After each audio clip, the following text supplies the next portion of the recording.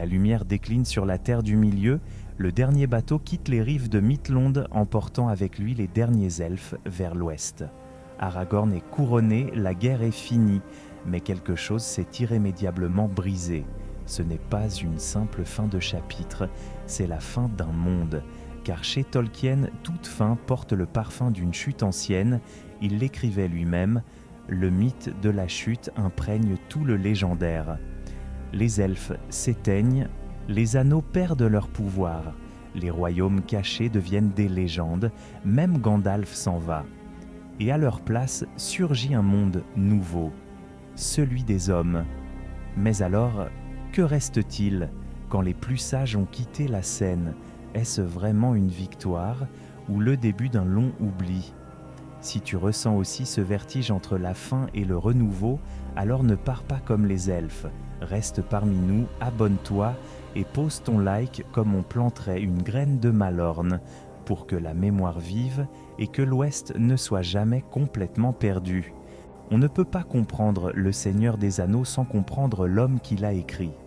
Car plus qu'un simple conteur, Tolkien était un philologue, un amoureux des langues mortes, des récits anciens, des fragments de sagas oubliés qu'il recueillait comme on recueille des cendres encore tièdes. Son œuvre est née de ce désir viscéral de redonner une voix à ceux qui n'en avaient plus, ce qu'il appelait la lumière refractée, une lueur affaiblie mais persistante, des mythes anciens passés à travers les vitres brisées du temps. Cette lumière-là, on la sent partout dans son monde, mais elle ne brille jamais de plein feu, elle vacille toujours.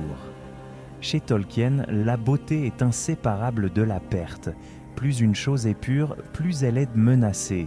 C'est la grande mélancolie de son univers. Rien ne dure et surtout pas ce qui est noble. Regardez Valinor, terre bénie au-delà des mers, lumière des deux arbres, séjour des Valar. Inaccessible au commun des mortels, et pourtant même cette terre connaît l'exil.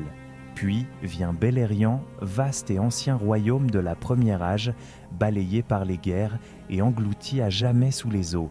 Ces lieux ne sont pas seulement des décors, ils incarnent des époques révolues, des grandeurs fanées que même la mémoire peine à retenir. Et que reste-t-il au Troisième Âge? Une terre du milieu diminuée, fragmentaire, presque fatiguée de son propre passé. Les grandes cités elfiques tombent en ruine, les forêts parlent encore mais à voix basse. La magie s'efface comme un rêve au matin. Ce n'est pas un monde en croissance, c'est un monde qui s'effondre lentement, avec grâce. Pourquoi alors, dans un tel monde, faire partir les elfes? Pourquoi retirer les anneaux, disperser les derniers vestiges de l'enchantement? Parce que Tolkien veut nous dire quelque chose de profondément humain.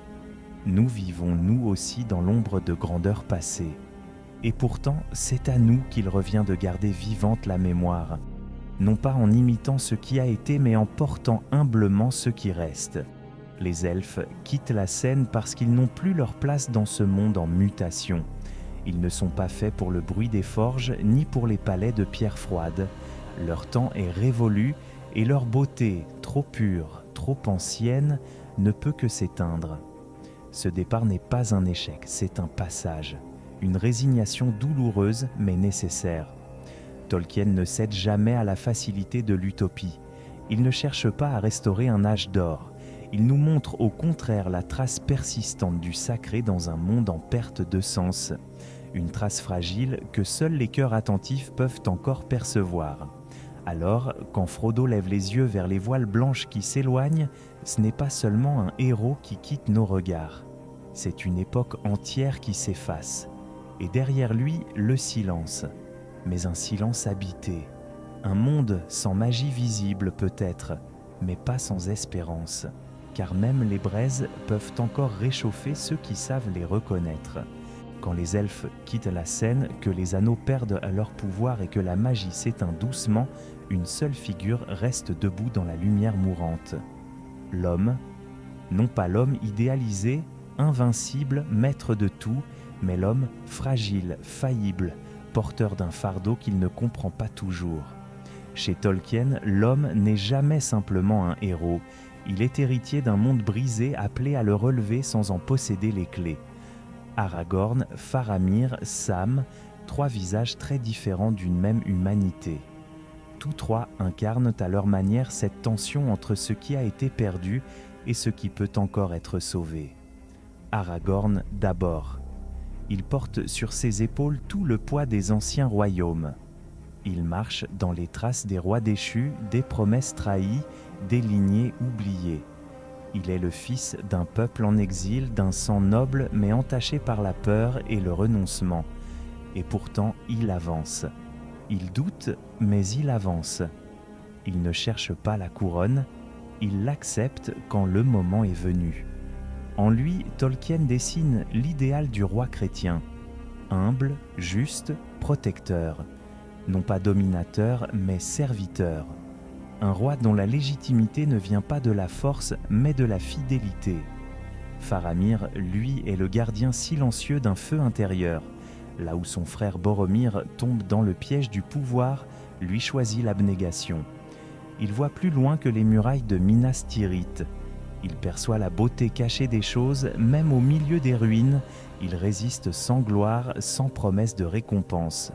En cela, il est peut-être l'un des personnages les plus proches de la vision intime de Tolkien, celle d'un homme ordinaire confronté au mal et qui choisit de ne pas y céder.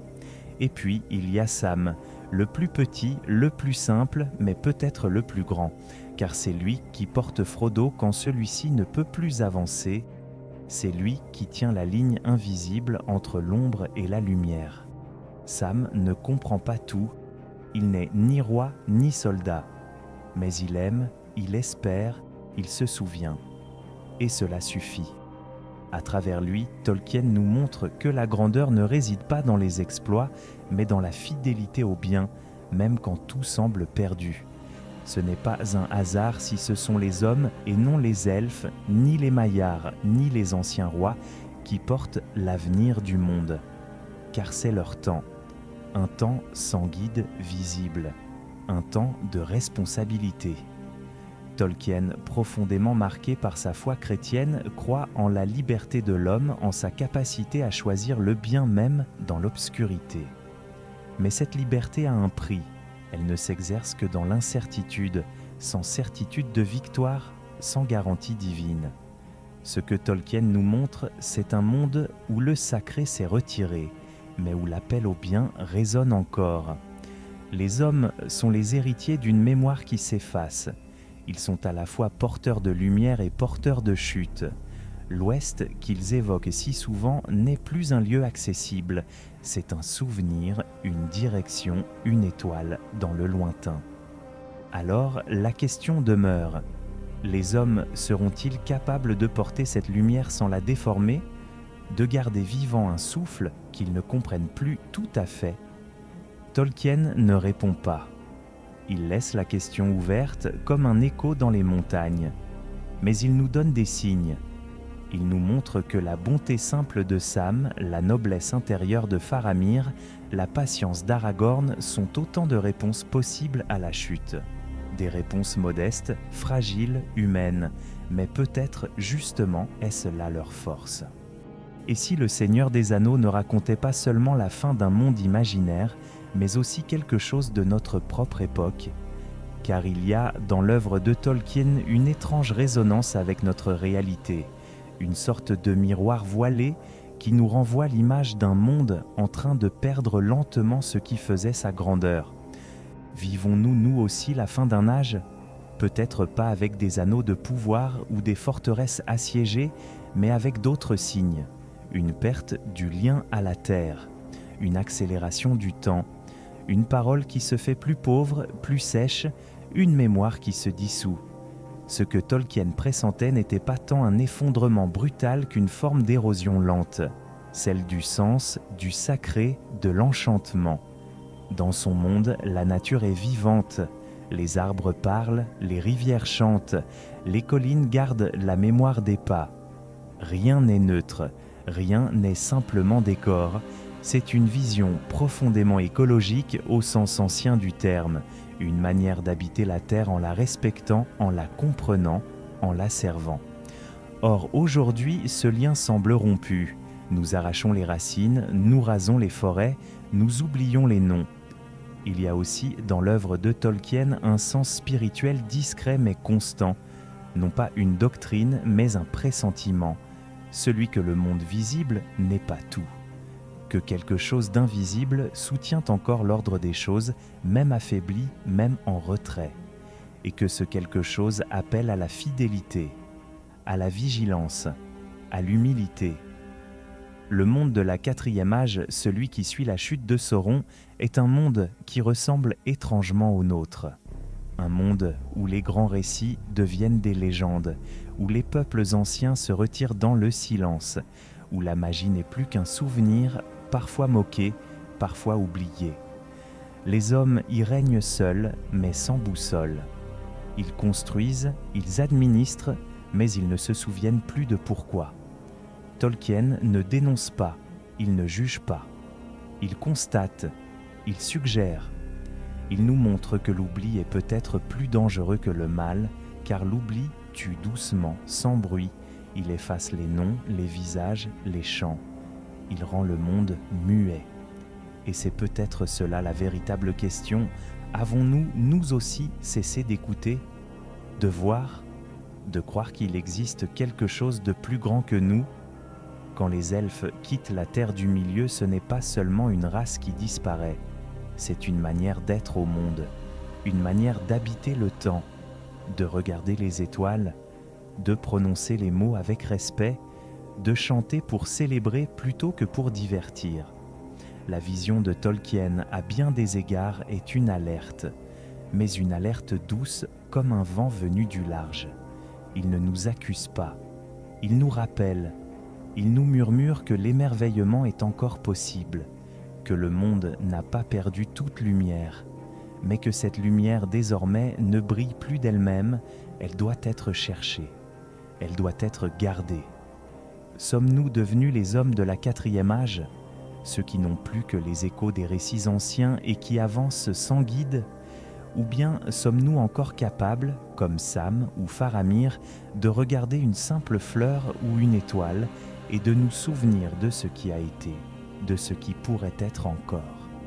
Tolkien ne répond pas, mais il laisse derrière lui des signes, des traces, des voix. À nous de les écouter. C'est la question que pose le titre, et c'est une question que Tolkien lui-même ne ferme jamais. Il aurait pu conclure Le Seigneur des Anneaux sur une victoire éclatante, une restauration complète, un âge d'or renaissant. Mais ce n'est pas ce qu'il fait. Il choisit la nuance. Il laisse dans l'air une forme d'inquiétude douce, comme un crépuscule qui tarde à céder la place à l'aube. Car oui, le mal est tombé. Sauron n'est plus. Mais les anneaux ont disparu, les elfes sont partis, et même les héros retournent à leur vie simple. Ce n'est pas une fin glorieuse, c'est une fin juste, une fin humaine. Et dans cette humanité réside peut-être la véritable grandeur. Tolkien croyait en l'espérance, mais non en la certitude. Il savait que la lumière peut revenir, mais qu'elle ne revient pas seule. Elle a besoin de veilleuses, de cœurs fidèles, de paroles tenues. Il ne s'agit pas de faire renaître le passé, mais de préserver ce qui mérite de l'être, le beau, le vrai, le juste. Alors oui, peut-être que les hommes de l'Ouest peuvent se relever, non pas en brandissant des épées ou en reconstruisant des tours blanches, mais en se souvenant, en choisissant de ne pas céder à l'oubli, en résistant au cynisme, à la moquerie, à la fatigue. Car l'ennemi aujourd'hui n'a plus la forme d'un œil de feu perché sur une montagne, il est plus discret, plus diffus. Il s'appelle oubli, indifférence, ironie. Et c'est contre lui que nous devons encore lutter. Il y a dans la dernière phrase de Sam quelque chose d'immensément simple et profond. Quand Frodo est parti, quand la comté est redevenue calme, quand tout semble terminé, Sam rentre chez lui et il dit « Je suis de retour ». Rien de grandiose, juste la fidélité au foyer, à la vie, à ce qui compte. C'est peut-être cela se relever, ne pas abandonner ce que l'on aime, continuer d'y croire, même quand tout semble avoir changé, rester un gardien du feu, même dans la nuit. Tant que la communauté n'est pas tout à fait rompue, il reste de l'espoir. Et toi, voyageur qui écoutes encore, qui marches encore dans les traces des anciens jours, si ces paroles t'ont parlé, si la lumière de l'Ouest brûle encore faiblement quelque part en toi, alors ne la laisse pas s'éteindre. Abonne-toi, comme on rallume une flamme dans l'obscurité. Laisse un like, non pour l'algorithme, mais comme on laisse une pierre sur un cairn, en mémoire de ce qui fut et en promesse de ce qui pourrait revenir.